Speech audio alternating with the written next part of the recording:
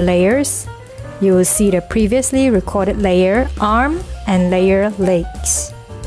There are other features under layer I will not be using in this tutorial, but you might be interested to use duplicate to test out certain poses.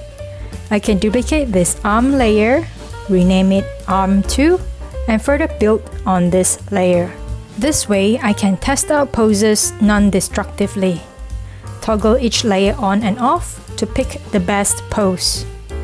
Once finished recording, set all poses to 0 or neutral pose and turn off the eye icon. Unbind and rebind mesh to take a look at the selection of poses. Go under layers to click on any one of the sliders to test out each pose. Once I've made up my mind, I can click on delete to remove any unwanted layers.